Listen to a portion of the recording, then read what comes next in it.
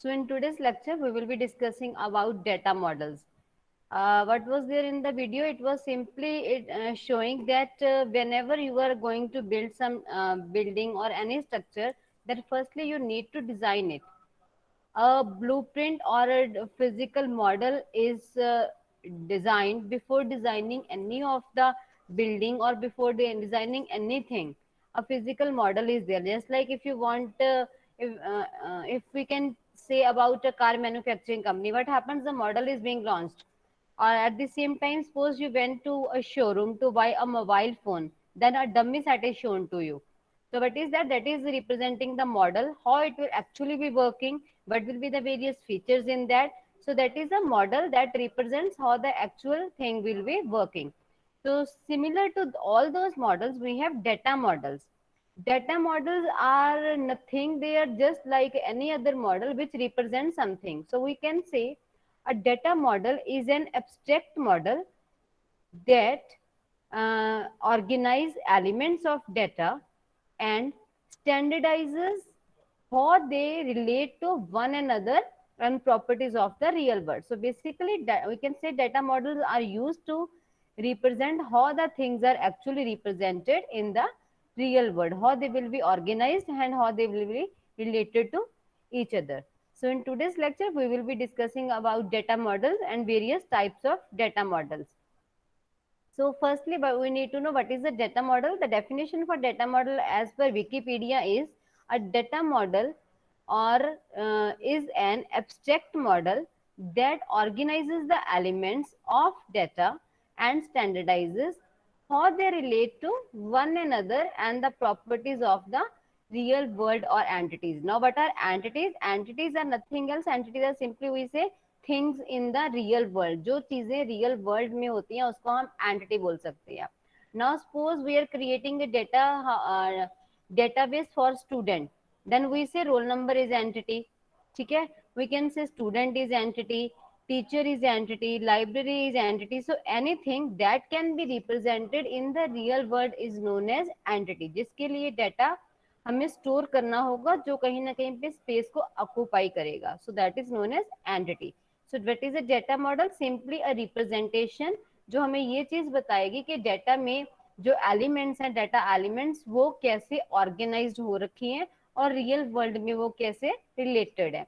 Now, if we talk about what is the need of the data model or why data modeling is required, then the simple answer is the basic purpose of data modeling is to make sure that the data objects required by the database are understood fully. Means we are able to understand each and everything fully. Now, is my PPT visible to all of you? Yes, Yes, ma'am.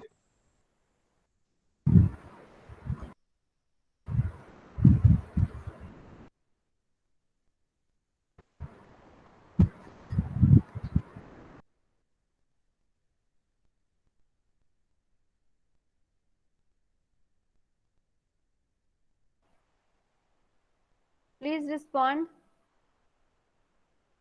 Yes, yes, ma'am. ma'am. PPT is Okay, visible. fine. Thank you. So we were discussing about data model, and now importance of data model is simply the data models are relatively simple representation. They are simply, you can say, they are graphical representation of complex real world data structures. अगर हम data structures को use कर रहे हैं, tree like data structure हो गया, linked list like data structure, graph data structure, any type of data structure जो हम use कर रहे हैं अपने data को store करने के लिए, data को organize करने के लिए, तो उस केस में वो डेटा स्ट्रक्चर का जो अंडरलाइंग सिंटेक्स होएगा, जो उनकी रिप्रेजेंटेशन होगी, that may be complex, but जो हमारे डेटा मॉडल्स होते हैं वो हमें इस चीज को सपोर्ट करते हैं कि अंडरलाइंग जो complex real world data structures है उनको ग्राफिकली हम रिप्रेजेंट कर सके with ease. So we can say these data models also facilitate interaction among the designer and the application programmer and the end user. तो अगर सबसे पहले अगर आपने कोई सॉफ्टवेयर डिजाइन करना स्टार्ट करना और you want to design any of the app, तो फर्स्ट टाइम क्या होगा, you will be interacting the developer will be interacting with the end user. तो उस टाइम पे क्या होगा, कुछ आउटकम्स निकल के आएंगे कि these are to be design, these entities are required, this is the thing that I need in my data. तो उस केस पे क्या होगा, with the help of end user, उसकी रिक्वायरमेंट के अकॉर्डिंग जो डिजाइनर होगा उसका फर्स्ट फेज क्या होगा डिजाइनर एंड एप्लीकेशन का, वो एक डाटा मॉडल डिजाइन करके देगा। वो डाटा मॉडल एंड यूजर के साथ डिस्कस होगा कि these will be the things that will be represented in the database। तो दोनों का एक कॉमन एग्रीमेंट साइन होगा कि we are okay with that. उसके बाद डेटाबेस की डेवलपमेंट डेटाबेस की डेवलपमेंट है जो वो स्टार्ट होती है। तो फर्स्ट स्टेप में क्या होगा, we design data model as per the requirements of the end user, जिसमें सारे इकट्ठे इंटरेक्ट करते हैं, designer, application programmer and the end user. Next, we can also say these are relatively simple representations. Usually, they are graphical. Of complex real time, we say end users have different views and needs of data. अब we have discussed in the 3 level architecture, जब हमारे पास n number of views हो सकते हैं, n number of external users होंगे, तो n number of views हमारे पास होंगे। ठीक है, सिमिलरली हमारे पास क्या होगा, डिफरेंट डिफरेंट व्यूज के अकॉर्डिंग डेटा की रिक्वायरमेंट भी डिफरेंट हो सकती है। सो डेटा मॉडल क्या करेगा, ऑर्गेनाइज करेगा वेरियस यूजर्स को into a single run, so that वो हमारे लिए और एंड यूजर दोनों के पॉइंट ऑफ व्यू से एक कॉमन एग्रीमेंट हो जाए, जिसके बेस पे हम आगे डेवलपमेंट स्टार्ट कर सकते हैं। And it will reduce the complexity at the development level.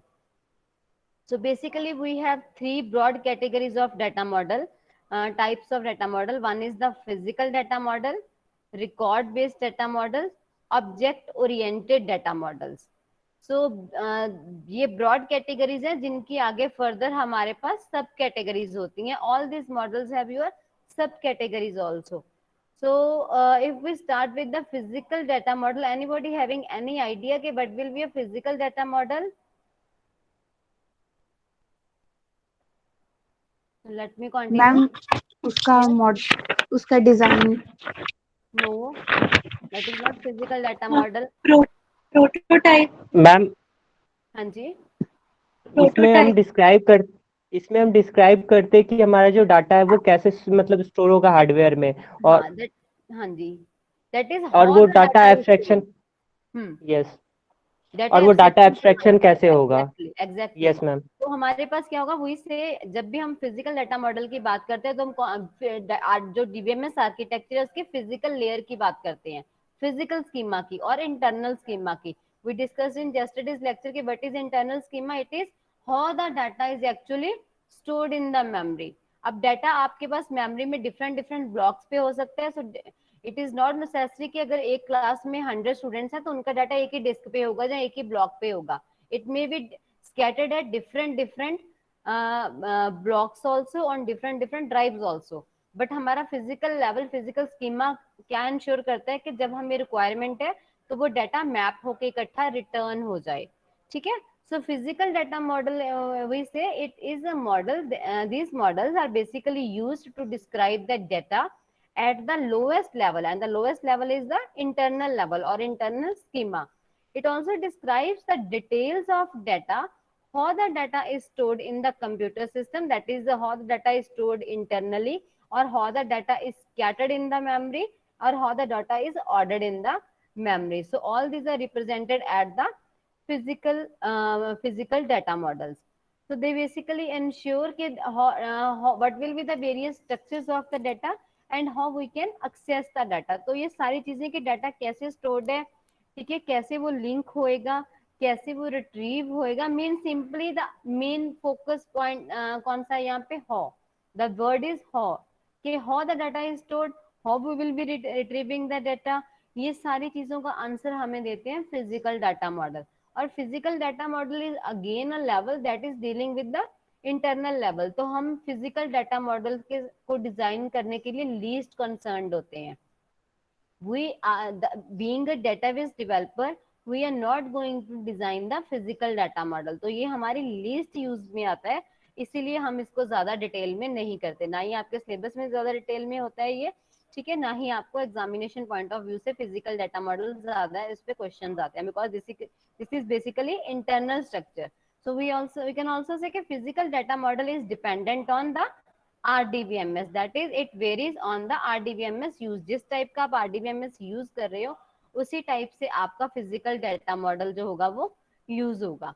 Next category हमारे पास आती है record based data models. After physical data models we have record based data model. So what is a record? Record is simply the data that is stored in the disk. So if we talk about record based data models, it means a record based models, the database is structured in the fixed format. तो इसमें एक fixed format होगा, records are saved, each record has a fixed set of fields and records are based on logical model. So we can say कि हर एक जो record है उसका एक फिक्स्ड फॉर्मेट है, ठीक है। अब फिक्स्ड फॉर्मेट में डाटा स्टोर होगा और उसमें आपके जो फिजिकल आपके पास जो ये फिक्स करना है format, it will B designed logically. So we say when the database is organized in some fixed format or of records of several, then the model is called as record based data model. तो यहाँ पे आपके fixed format आ गया, ठीक है। सो fixed number of field, जिसमें we can से कि फिक्स्ड रिकॉर्ड का क्या मीनिंग है? फिक्स्ड रिकॉर्ड मींस उसमें फिक्स्ड नंबर ऑफ फील्ड्स हैं या फिर एट्रीब्यूट्स है, मींस उसमें कितने कॉलम्स हैं। Fields and attributes are one and the same थिंग। अगर मेरे पास एक स्टूडेंट टेबल है, उसका मैं रिकॉर्ड बेस्ड मॉडल डिजाइन कर रही हूँ, then I mean to say कि मेरे पास उस स्टूडेंट टेबल में टोटल कितने कॉलम्स होंगे, and columns are known as attributes when we are talking about RDBMS।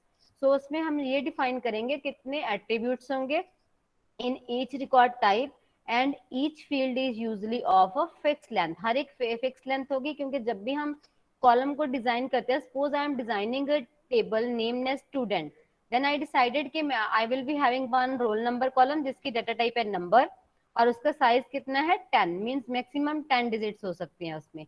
Next मैंने डिसाइड किया कि next column will be name, उसकी डाटा टाइप है varchar, तो वो उसकी डाटा टाइप कैरेक्टर है, आई हैव अलाउड कि उसमें 25 कैरेक्टर्स आ सकते हैं, तो इट मींस उसके साथ आप फिक्स कर रहे हो। नेक्स्ट आपके पास एक कॉलम आएगा that is named as data date of birth, तो what will happen in case of date of birth column, the data type will be date, तो वो उसकी अपनी एक फिक्स डिफाइंड फॉर्मेट हो गया। तो अगर आप इस टाइप का मॉडल डिजाइन करते हो, so that model is known as record based data model. इसमें क्या होता है? रिकॉर्ड बेस्ड डाटा मॉडल में we are having fix number of fields और attributes in each record type and each field is usually of a fixed length. Now your record based models are further categorized into three types. One is your hierarchical data model, network data model and relational data model.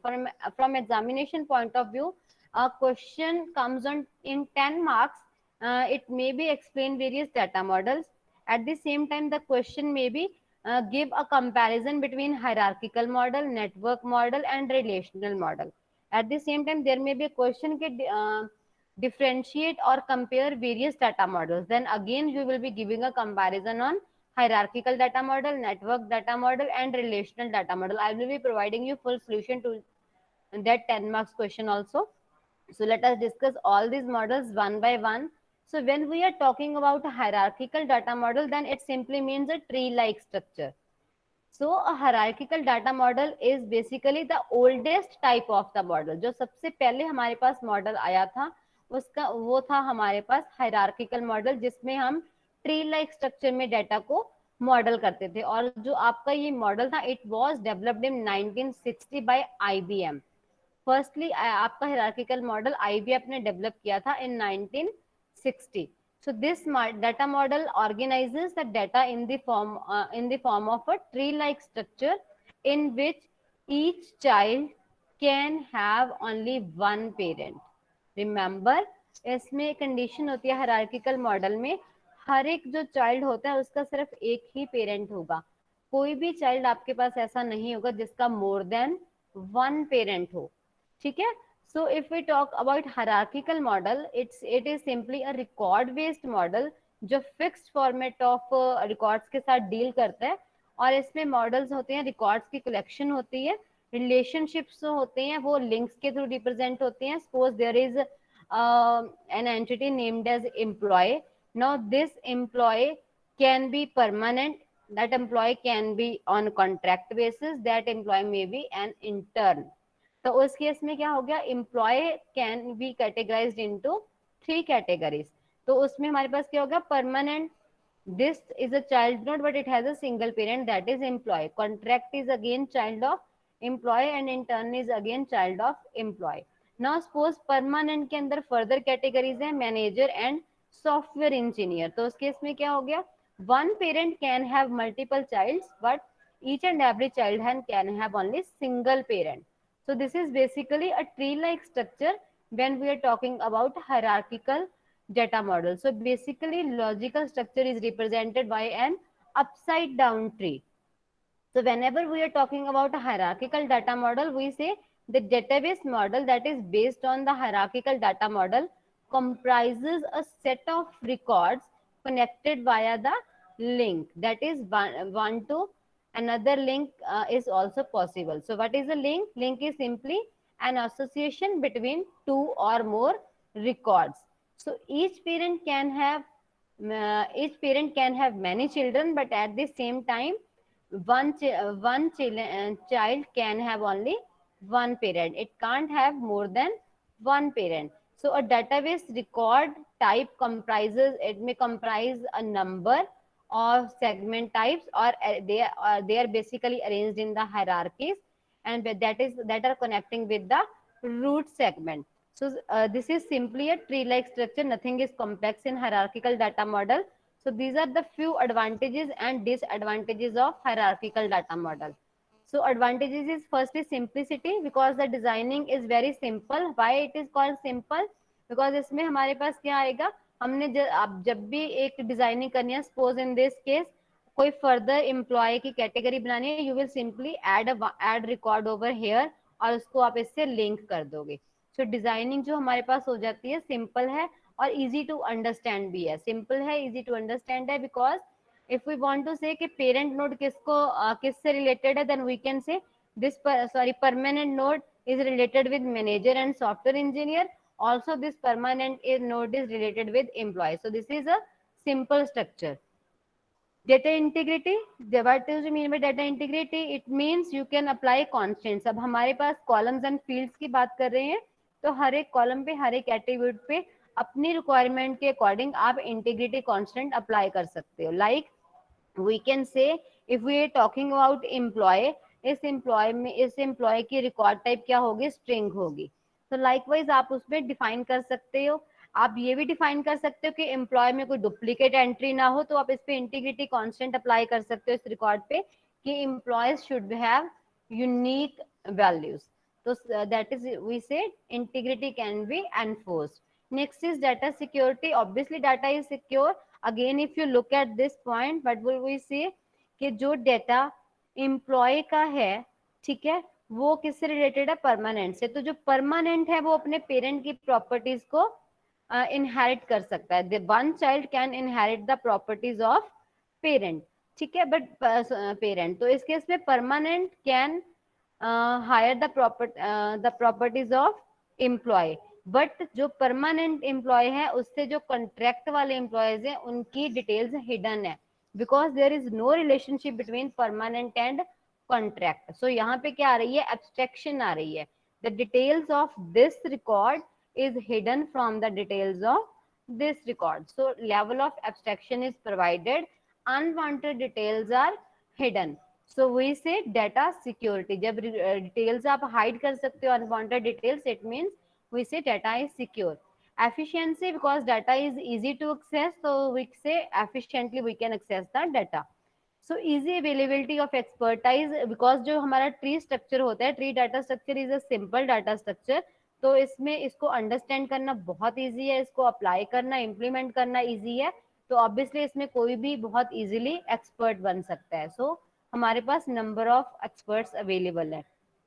Now disadvantages of hierarchical data models are complexity. Now complexity in the terms, अगर मेरे पास इस node के अंदर further बहुत से records आ जाएं और हर एक के पेरेंट के अंदर सब रिकॉर्ड्स आते जाएं, फिर आगे आपके लेवल्स, आपकी हाइट उसकी इंक्रीज होती जाए ट्री की, तो उसमें क्या हो जाएगी, it will be problematic. How it is problematic, the problem it is problematic in the term कि हमारे पास जो हायरार्की होगी जितनी वो बड़ी होती जाएगी वो उतनी कम्प्लेक्सिटी लेवल हो जाएगा. और सिमिलरली अगर हमें ट्रीज को प्रोग्रामिंग के पॉइंट ऑफ व्यू से इम्प्लीमेंट करना है, यू हैव ऑलरेडी स्टडीड के डाटा स्ट्रक्चर ट्री को इम्प्लीमेंट करते हो with the help of link list. तो लिंक लिस्ट में हमें पॉइंटर्स की कोडिंग करनी पड़ती है, ठीक है। तो obviously if you are using hierarchical data structure, that is a tree like data structure, and whenever we are implementing this data structure in the computer programming language, then we have to work on linked list pointers. So उससे हमारी जो complexity होती है, implementation complexity क्या हो जाती है, increase हो जाती है। सिंप्लिसिटी क्या मीनिंग है कि जो उसका स्ट्रक्चर है वो अंडरस्टैंड करना बहुत इजी है, ड्रॉ करना बहुत इजी है, एक ट्री में पेरेंट के साथ चाइल्ड अटैच करना। बट जो उसकी डिसएडवांटेज है, उसकी डिसएडवांटेज कॉम्प्लेक्सिटी कैसी है, जब हम उसको प्रोग्रामिंग में इम्प्लीमेंट करते हैं तो उस केस में क्या हो जाएगी, कॉम्प्लेक्सिटी इंक्रीज हो जाएगी। Now we talk about inflexibility. Inflexibility का क्या मीनिंग है, सपोज मुझे ये परमानेंट एम्प्लॉय नोड को रिमूव करना होगा, तो क्या करना पड़ेगा, इसके चाइल्ड नोड भी रिमूव हो जाएंगे। सो it is not at all flexible कि जिस रूट को मन किया आप रिमूव कर दो, क्योंकि अगर कोई रिकॉर्ड आप रिमूव करने की ट्राई करोगे, उसके फर्दर चाइल्ड नोड हो सकते हैं कोई, तो अगर उसका कोई चाइल्ड नोड है वो आपको फ्लेक्सिबिलिटी प्रोवाइड नहीं करेगा कि whenever you need you remove. तो दिस इज द प्रॉब्लम। सो अगर ये इंटर्न को मुझे यहाँ से रिमूव करना होगा इस रिकॉर्ड को, दिस इज इजी क्योंकि इसका कोई फर्दर चाइल्ड नहीं है। बट अगर उसका कोई फर्दर चाइल्ड है, उसका कोई सब ट्री है आगे, तो वो हमारे पास इनफ्लेक्सिबल हो जाएगा, we can't make the changes very frequently. अगर इस नोड पे कोई चेंज करते हो तो उसके जो भी चाइल्ड नोड होंगे, जो उसका सब ट्री होगा, it will be affected. So that's why we say this is inflexible. Then we have lack of data independence. Lack of data independence means again this dependency. This data is dependent on this node, this record is dependent on this node. तो यहाँ पे इस this is independent of this, but this one is not independent of this one. So subtree में dependency है, but जो subtree एक दूसरे से related नहीं है, वहां पे कोई dependency नहीं है, तो हमारे पास independency रेयर होती है, लेसर होती है, you can say. Lack of querying facility, इसमें हम सीक्वल क्वेरीज या ओक्यूएल क्वेरीज को परफॉर्म नहीं कर सकते हैं और हमारे पास बहुत ज्यादा एक्सपर्ट्स नहीं है जो इस पे क्वेरी कर सके। सो क्वेरिंग फैसिलिटी सिंपली मींस आप अगर इसमें कोई क्वेरी करना चाहते हो तो आपको प्रोग्रामिंग लैंग्वेज में जाके Java, C sharp, C plus plus, what programming language you are using, उस प्रोग्रामिंग लैंग्वेज में आपको कोड लिखना पड़ेगा। डायरेक्टली कोई क्वेरी नहीं है जो आपके इस डेटाबेस को क्वेरी कर सके, जो आपके इस डेटाबेस से रिकॉर्ड को रिट्रीव कर सके। You have to take the help of certain programming language to perform query, so we say lack of querying facility. So next we have a data manipulation problem. So data manipulation, that is data changes are again not very much easy. lack of standards, इसके पास standards available नहीं है। जो सबसे पुराना model था, सबसे पहले IBM ने इसको लॉन्च किया, बट इसको कोई स्टैंडर्ड्स नहीं मिले, जिस रीजन से इसको डिस्कार्ड कर दिया गया और हम स्विच हो गए न्यू मॉडल्स की तरफ, जो हम आगे डिस्कस करेंगे। नेक्स्ट हमारे पास आ जाता है network model. So whenever we are talking about network model, this is nothing else, it simply mean it is a graph like structure. As you can see, इसमें हमारे पास ग्राफ लाइक स्ट्रक्चर हो गया। Tree को हमने further refine कर दिया। Tree में हमारे पास एक कंडीशन थी कि किसी भी पेरेंट के मल्टीपल चाइल्ड हो सकते हैं, बट किसी भी चाइल्ड के मल्टीपल पेरेंट्स नहीं हो सकते। But what is happening in this case? Now have a look at this record, that is the order record. अब इस ऑर्डर रिकॉर्ड के कितने पेरेंट्स हैं? 3 parents, customer parent, manager parent, salesman parent.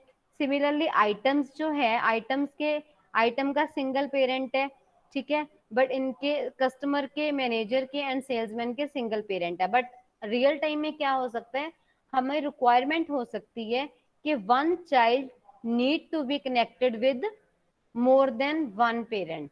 तो उस केस में हम कौन सा डाटा स्ट्रक्चर यूज करते हैं? That is network data structure. So network data model, so network data models are based on your graph data models, and these are the data models that are being used by social media sites like Facebook. तो क्योंकि social media sites पे क्या होता है, हमारा graph बनता है, simple tree नहीं होता। ये नहीं है कि अगर एक पर्सन है उसके जो आगे फ्रेंड्स हैं वो आगे फर्दर किसी और के फ्रेंड नहीं हो सकते। It is possible, mutual friend list हो सकती है, फ्रेंड सजेशन बहुत प्लेसेस से हमारे पास आ रही है, मल्टीपल फ्रेंड सजेशन आ रहे हैं, एक फ्रेंड दूसरे से। इट इज नॉट नेसेसरी कि आपके क्लास में जो स्टूडेंट्स हैं, आप अपने क्लासमेट्स को जब ऐड कर रहे हो वही आपके फ्रेंड होंगे, और आपका क्लासमेट किसी और ब्रांच का फ्रेंड, ब्रांच के स्टूडेंट का फ्रेंड नहीं हो सकता। It is not possible. Suppose someone is studying in CSC, तो वो सीएससी के स्टूडेंट का तो फ्रेंड है ही है, but at the same time उसका फ्रेंड मैकेनिकल में भी हो सकता है। तो what is happening in this case, तो उस केस में उसके मल्टीपल पेरेंट्स है। तो जब भी हमारे पास मल्टीपल पेरेंट्स आ गए तो हमारा ट्री लाइक स्ट्रक्चर जो है, जो हमारा ओल्डेस्ट वन था, वो फेल हो जाएगा। उस केस में we need to switch to the network data models that are based on the graph models, which says one child can have more than one parent. So in network data model, we say data models represent the data with the help of collection of records, and the relationship is again represented with the help of links in this case. And in this data model we use the graph data structure, and it permits a record to have more than one parent. So advantages are simplicity. Again, this is simple. We can add node over here and we can remove any node, but वहां पे remove करते हुए आपको dependency check करनी पड़ेगी. तो data integrity constants आप apply कर सकते हो just like a tree, because this is based on the tree like data structure. तो जो आपकी ये वाली फीचर्स थी, जो आपके ट्री डाटा स्ट्रक्चर में भी एडवांटेज थी, यहाँ पे भी आपकी कॉमन एडवांटेज है, that is simplicity and data integrity. तो ये इसमें भी आपके पास एडवांटेजेस हैं। Data independence become advantage. The reason behind this is data independence में हमारे पास यहाँ पे आपको इजी टू एक्सेस मिल जाएगी। आप डेटा नोड्स को इंडिपेंडेंटली आप उसमें चेंजेस कर सकते हैं, क्योंकि डिपेंडेंसी आपकी चेंज हो जाएगी इस केस में। सो डेटाबेस स्टैंडर्ड्स यहाँ पे आपके पास अचीव हो गए हैं। इसका रीजन क्या है, आपके पास डेटाबेस स्टैंडर्ड्स मिल गए हैं, इसीलिए हम इनको फेसबुक या सोशल मीडिया या अदर जो स्ट्रक्चर्स है जिसमें graph like data structure use होना होता है, हम उनमें नेटवर्क डाटा मॉडल्स को अडेप्ट कर चुके हैं।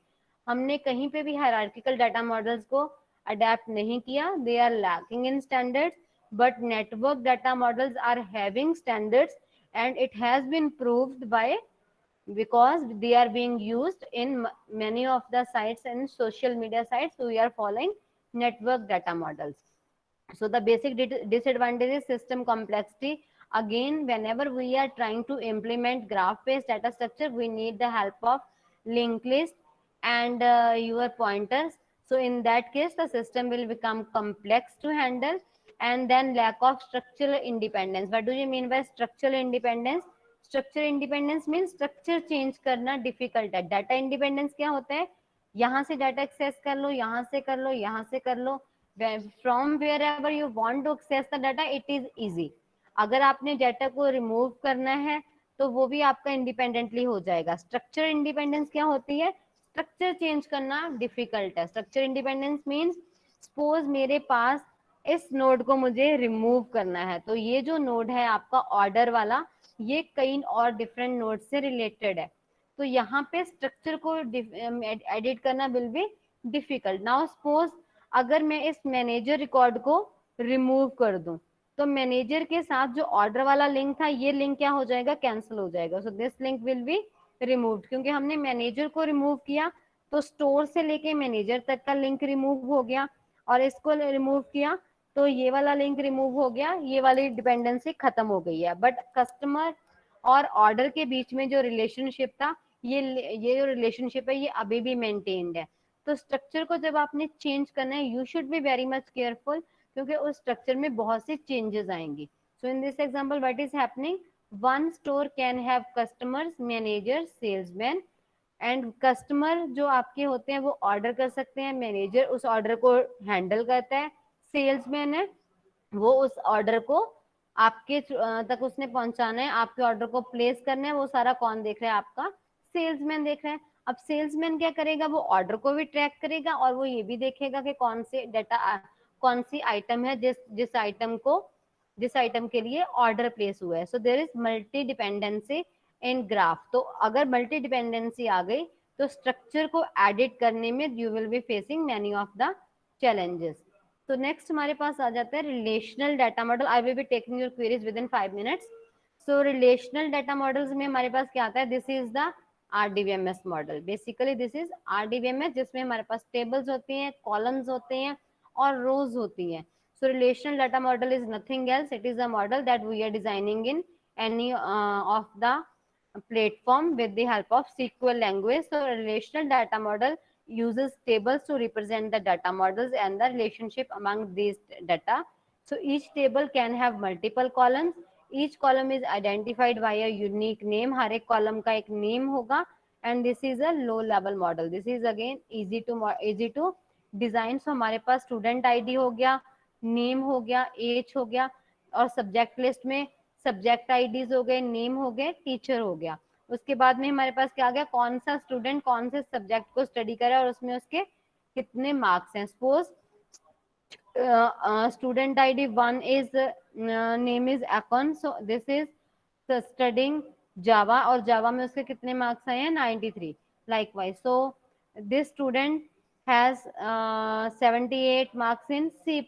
तो इस टाइप से आप इजीली रिलेट कर सकते हो when in RDBMS models in relational data models we are talking about relational databases and this is the most frequently used data model. So advantages आपकी सारी वही आएंगी जो एडवांटेजेस हमारी RDBMS की होती हैं। सो बेसिक एडवांटेज कौन सी आ गई, structural independence is there, structure change करना इजी है, आपने सिंपली कोई भी कॉलम ऐड कर सकते हो, कोई टेबल को ड्रॉप कर सकते हो, सो इजी है। Structure independence is provided, simplicity है बिकॉज हमें सिंपल वैल्यूज इंसर्ट करनी है, डिलीट करनी है, टेबल क्रिएट करने हैं और रिलेशन क्रिएट करने हैं। Designing is again easy, implementation is easy, maintaining and uses is again easy. So ad hoc query capability, so in this case we say we are dealing with SQL like query languages, तो हमारे पास query capability है जिनको use करके हम अपने data को frequently and easily access कर सकते हैं। Then we have disadvantages, disadvantage क्या आ गई, hardware overheads, just like we discussed the disadvantage of DBMS, जिसमें हमने डिस्कस किया था कि हार्डवेयर हमें परचेज करना पड़ सकता है, लाइसेंस आपको हार्डवेयर लेने पड़ सकते हैं, आपको पास डिस्क मेंटेन करनी पड़ेगी, स्टोरेज मीडियाज मेंटेन करने पड़ेंगे, उनको अपग्रेड करना पड़ेगा। तो वो सारी चीजें हमारी एड ऑन हो जाती हैं हार्डवेयर ओवरहेड्स में, that will become disadvantage of relational data model. At the same time ease of design can result in bad design. अब हमारे पास ईज ऑफ डिजाइन है, वी सेड हम जो कॉलम चाहिए वो ऐड कर लेंगे, जो हमारे पास की चाहिए कांस्टेंट चाहिए वो ऐड कर लेंगे, ठीक है। तो हम फ्रीक्वेंटली ऐड करते जा रहे हैं, उससे हमारे पास क्या हो जाएगा, we will result in bad designing. अगर आप इजी देखते हुए स्ट्रेट फॉरवर्ड डिजाइनिंग स्टार्ट कर दो तो आप एक बैड डिजाइन भी क्रिएट कर सकते हो। सपोज आपको लगा कि आपको स्टूडेंट के टेबल में डेटाबेस डिपार्टमेंट की इंफॉर्मेशन नीडेड है, so what will you do, आपने देखा कि इट्स वेरी इजी, उसमें डिपार्टमेंट का कॉलम डाल दो, डिपार्टमेंट नेम का कॉलम डाल दो, डिपार्टमेंट के HOD का कॉलम इंसर्ट कर दो, डिपार्टमेंट के ब्लॉक का कॉलम इंसर्ट कर दो, फाइन। उसके बाद आपको लगा कि आपने एक department column design table design करना था, फिर आपने एक डिपार्टमेंट टेबल क्रिएट कर लिया, उसमें आपने क्या किया, डिपार्टमेंट का नेम ले लिया, डिपार्टमेंट की लोकेशन ले ली, फिर डिपार्टमेंट की फर्दर इंफॉर्मेशन ले ली, ठीक है। तो आप क्या करी जा रहे हो, डेटाबेस को, अपने टेबल को और ज्यादा कॉम्प्लेक्स करी जा रहे हो और आप नॉर्मलाइजेशन को खत्म करी जा रहे हो। जब भी आप ऐसी मिस्टेक करोगे, सो व्हाट विल हैपन, आपके डाटा में रिडंडेंसी आनी स्टार्ट हो जाएगी।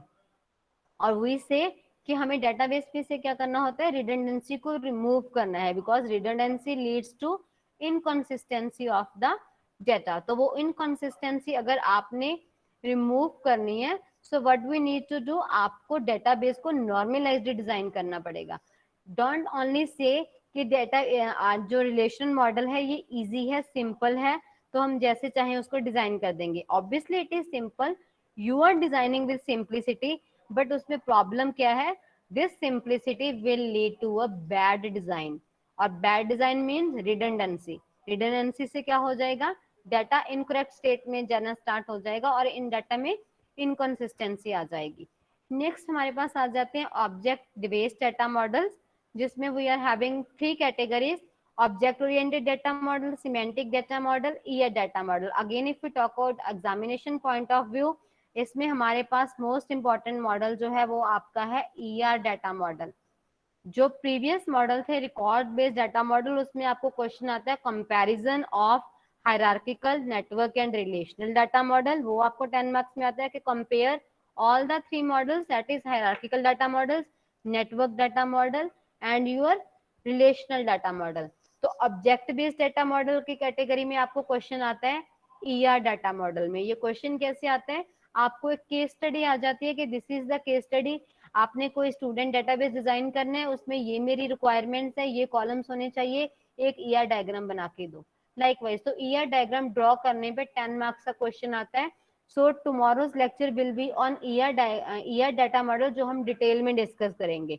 Today we will be discussing about object oriented data model and semantic data model only, because इन पे बहुत ज्यादा क्वेश्चंस नहीं आते हैं. So let us go through them. Object oriented data model is, simply we say, the object oriented data model is based on a collection of objects. So what are objects? जो आपके object oriented programming language में होती हैं. So what is a class?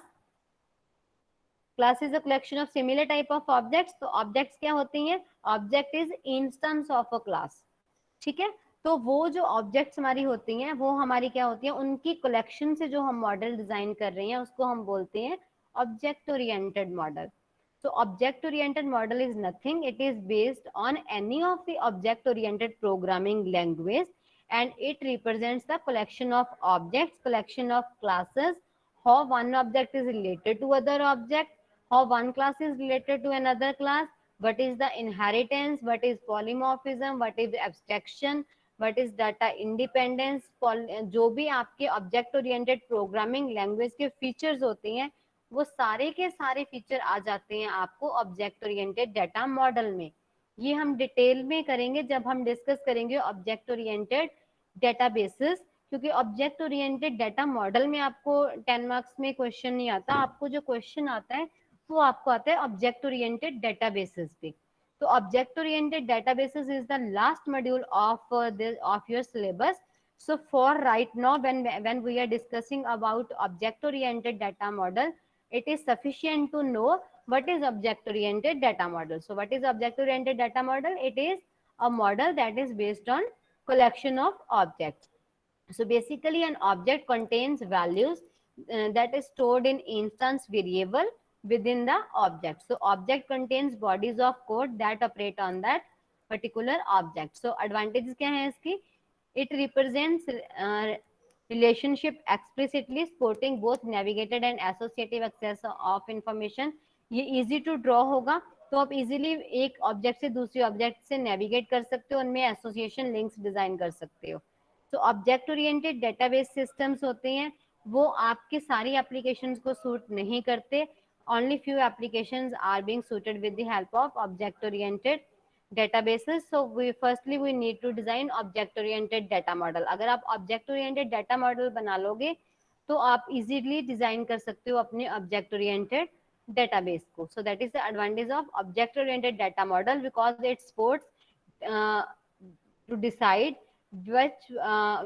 which application can be designed with the help of object oriented database.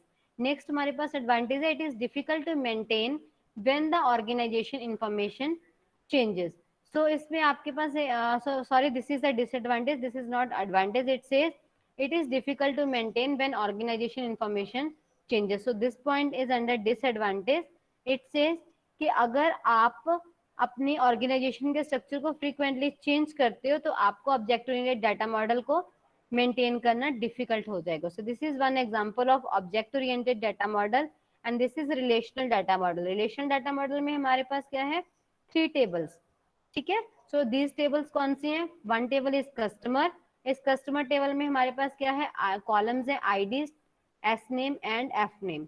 ठीक है, एक column है address. इस एड्रेस में क्या है, आईडी है उसकी, सिटी एंड कस्टमर आईडी. ठीक है, एक बैंक अकाउंट नाम से टेबल है, उसमें क्या है, ID, account number and CID. Now suppose अगर इसी की डिजाइनिंग हम ऑब्जेक्ट ओरिएंटेड डाटा मॉडल में करें, so what we will have one object that is name as customer, और उसके फर्दर दो एट्रीब्यूट्स आ जाएंगे, name, S name and F name. तो जो आपके रिलेशनल टेबल में कॉलम्स होते हैं वो हमारे पास ऑब्जेक्ट ओरिएंटेड डाटा मॉडल में उस ऑब्जेक्ट के एट्रीब्यूट्स होते हैं। सो हमारे पास टेबल था कस्टमर, कस्टमर के एट्रीब्यूट से ID is auto generated column. So this is in case अगर हम ऑब्जेक्ट्स के साथ डील करें तो ये ऑब्जेक्ट का आईडी बन जाएगा, बट हम उसको एट्रीब्यूट के लिए स्टोर करने की रिक्वायरमेंट नहीं होती है। ठीक है, तो हमारे पास स्टूडेंट नेम आ गया, एफ नेम होगा, तो ये दो हमारे एट्रीब्यूट्स हो गए इस पर्टिकुलर ऑब्जेक्ट के। सो नेक्स्ट हमारे पास सिमिलरली एड्रेस आ गया, तो उस पर्टिकुलर ऑब्जेक्ट के लिए हमारे पास उसकी बैंक अकाउंट डिटेल्स आ गई। बैंक अकाउंट डिटेल्स को फर्दर उसके दो बैंक अकाउंट डिटेल्स थी वो आपने स्टोर कर ली, फिर उसके साथ आपने क्या किया, एड्रेस को मेंटेन कर लिया। We will discuss in this also in detail. Next semantic data models. So semantic data models is a method of structuring data in order to represent a specific logical way. Simply it represents a logic, उसके semantics, उसका meaning define करेगा। So conceptual data model that includes semantic information that adds basic meaning to the data and the relationship that lie between them. So now your model we will be starting tomorrow. So let me take your queries now. Before we can proceed further, I will take your queries first. Whatever your confusion is, let us discuss that. But ask your queries. You can unmute yourself and ask your queries.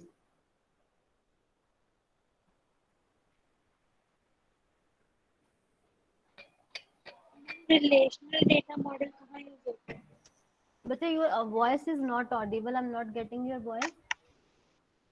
Ma'am relational data model कहाँ use होता है? इसका relational data, हाँ जी, relational data model जो आप RDBMS use कर रहे हो, जो हम आरडीबीएमएस की बात कर रहे हैं ना, और एक्सेल में जो हम टेबल्स बना रहे हैं, तो उससे पहले जो हम मॉडल एक डिजाइन करेंगे that is known as relational data model. उसमें आप क्या ड्रॉ करोगे, यू विल बी सेइंग कि this will be my database, these will be the tables in my database and these will be the columns within that database. तो जो आपकी वो queries होंगी वो आप उसमें discuss करोगे, so that will be relational data model. In while designing relational DBMS we are using relational data model. So Kamalpreet is asking which data model easily handles query facility. So your relational the answer to this query, Kamalpreet's question is Kamalpreet's question's answer is the data model that handles query facility is your relational data model, because in that we can use SQL queries. At the same time, if you are using object oriented data models, then there is OQL, that is object query language. तो उसमें आपकी object query language होती है जो queries को easily handle करती है। तो let me repeat, if you are using object oriented data model, then the query language for that object oriented data model is object query language. And if you are using your relational data model, then it means in that case you can use your relational data model, that is query is SQL. So दोनों ही queries को support करती है, चाहे वो आपका object oriented data model है चाहे वो आपका रिलेशनल डाटा मॉडल है, both supports query facility. Any other question? Ma'am object Sakshi ma'am object oriented data model और सिमेंटिक डाटा मॉडल जो है वो अब यूज होती हैं या बिल्कुल ही यूज नहीं होती? Semantic data models and object oriented data model. Object oriented, yes ma'am. Let me give you one comparison between RDBMS and object oriented data models, then you will tell me कि हमें कौन सा better लगता है। Fine.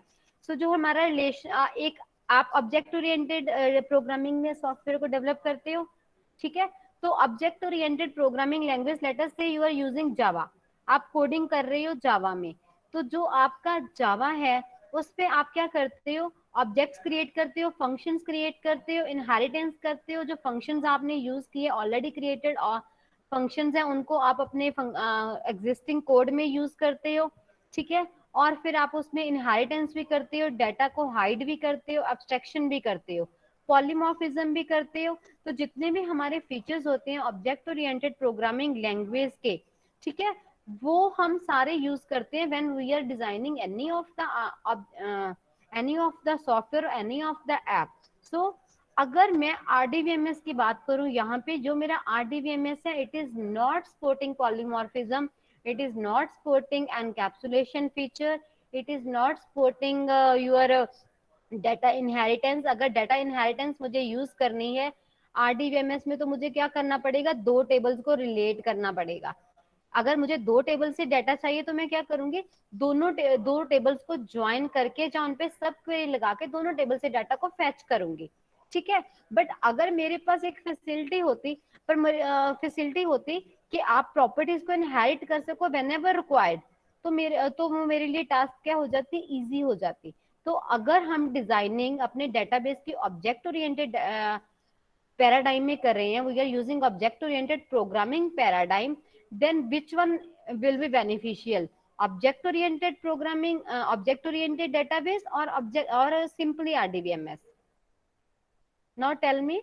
I'm object oriented. Obviously, so that is the answer to your query कि अगर हम real term environment की बात करें, ठीक है, तो हम ऑब्जेक्ट ओरिएंटेड पैराडाइम में वर्क कर रहे हैं। तो ऑब्जेक्ट ओरिएंटेड पैराडाइम में if we are working, then we should have a good support of object oriented programming language, जिसके ऑब्जेक्ट ओरिएंटेड डेटाबेसेस। तो object oriented databases are designed using object oriented data models. तो उस case में हमारे पास number of tools available है। उसमें object oriented data modelling में you can do UML modelling. तो UML मॉडलिंग में क्या होता है, आपके पास सीक्वेंस डायग्राम्स होते हैं, एक्टिविटी डायग्राम्स होते हैं, फाइन, आपके पास स्टेट मशीन डायग्राम्स होते हैं, आपके पास ऑब्जेक्ट डायग्राम्स होते हैं, क्लास डायग्राम्स होते हैं, a number of diagrams available होते हैं। अगर आप ऑब्जेक्ट ओरिएंटेड डाटा मॉडल को यूज कर रहे हो, उसमें आपके पास फैसिलिटी आती है रैशनल रोज को यूज कर सकते हो। रैशनल रोज एक सॉफ्टवेयर है जो आपको object oriented data model design करके देता है, that is part of your software engineering practical also. तो ठीक है, तो उसमें अगर आप यूज करना चाहते हो, you can go with Rational Rose, but Rational Rose is licensed software.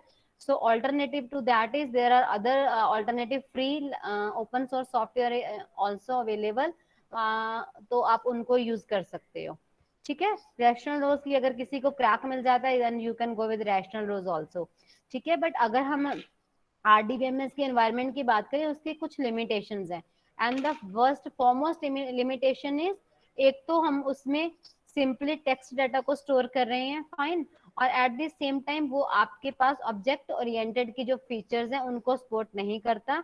Real world entities को रिप्रेजेंट करने के लिए जो मोस्ट सूटेड मॉडल्स हैं वो हमारे ऑब्जेक्ट ओरिएंटेड मॉडल्स हैं। That's why we say we are switching from SQL to NoSQL। SQL को फुली डिस्कार्ड नहीं करना है, SQL के फीचर्स को यूज करना है, बट उन सॉफ्टवेयर्स को यूज करना है जो आपके NoSQL की फंक्शनैलिटी को प्रोवाइड करें। बट उसमें मेजर चैलेंज क्या है, हमारे पास बहुत ज्यादा एक्सपर्ट पीपल नहीं है। NoSQL की अगर हम NoSQL पैराडाइम की बात करें, हम इस टर्म को कब से सुनते आ रहे हैं, but how many of you are using? No one. क्या करते हो आप? MySQL, SQLite। SQL में भी हम जो इजीएस्ट वन होएगा, जिसका सबसे ज्यादा इजी प्लेटफॉर्म होएगा, बीइंग कंप्यूटर साइंस इंजीनियर भी हम क्या करते हैं, इजी फ्रंट एंड वाला उठा लेते हैं कि इसको अंडरस्टैंड करना, इसका ग्राफिकल यूजर इंटरफेस इजी है, हम वो यूज करेंगे।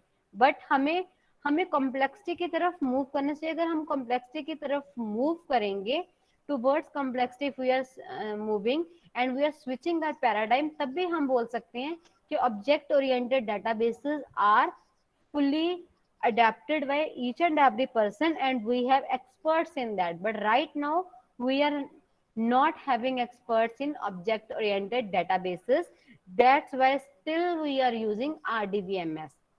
बहुत से लोग हैं, अब अगर मैं if I say about you people only, मैंने I told you to go through tutorials on NoSQL databases also, I hope कि किसी ने भी नहीं स्टडी किया होगा, ठीक है। आपको गाइडेंस मिल रही है, but you are not doing, that is the main problem, that is the problem with us. That is the problem with us when we are computer engineers, but we are not doing what we need to do. So if अगर हम उन चीजों पे work करना start कर दें, we will be no more using SQL databases. We will be using them a little bit for as a primary database. हम SQL को यूज करेंगे, MySQL या Oracle को यूज कर लो, बट साथ में हम NoSQL databases को भी यूज करना स्टार्ट करेंगे. अगर आपने एक सोशल मीडिया की कोई साइट बनानी है जो इंटरकनेक्टिविटी पे आप साइट बना रहे हो, then you have to implement graph based databases. तो graph based databases can't be handled with the help of SQL. तो उसमें डाटा को स्टोर करने के लिए, डाटा को एक्सेस करने के लिए you can use MySQL as primary database. But जो उसमें ग्राफ की इम्प्लीमेंटेशन है, if you want to implement graph implementation, then you have to use the facilities of your NoSQL databases and you have to switch toward graph databases. अगर अभी आप थोड़ा बहुत NoSQL पे स्टडी करोगे, you will be able to find कि उसमें क्या mentioned है कि graph databases are the complex databases. So next, Jobras has a question: difference between data independence and structure independence. So let me clarify this. Data independence means जो data उसमें stored है. आपने data में आपने किसी का data store किया. Suppose you have stored a contact number of someone and you want to change the contact number of that person. तो वो क्या होगी आपकी data independence. आपका आप contact number को, आपका कॉन्टैक्ट नंबर स्टूडेंट टेबल में भी है, आपका कॉन्टैक्ट नंबर सपोज आपके एकेडमिक इंफॉर्मेशन टेबल में भी है. So what will happen, you simply change at one place, वो दूसरी जगह पे जैसे भी लिंक्ड होगा वहां से सेंट्रलाइजेशन के थ्रू वहां पे भी रिफ्लेक्ट हो जाएगा. So that is data independence. You can easily change the data. Attendance has already been marked. Arpit, attendance is being marked automatically. So whenever we are talking about structure independence means आपने उसके structure को edit करना है, आपने किसी table को drop करना है, कोई आपने पहले रिलेशन की यूज कर रखी है, उस रिलेशन की को आपने यूज कर चेंज करना है, आपके टेबल में कोई डिपेंडेंसी है, कोई कांस्टेंट है, आपने उसको चेंज करना है. So if we are making changes in the structure, if you are making changes in the definition, if you are making changes in the schema, that is if you are making changes in data definition in the data structure, then you are talking about the changes in your structure. So that is structure independence. Structure independence says कि आप structure को easily change कर पाओ. ठीक है, तो अगर आप उसको चेंज नहीं कर पा रहे हो, then it means आपके पास structure independence नहीं है. So that is the difference between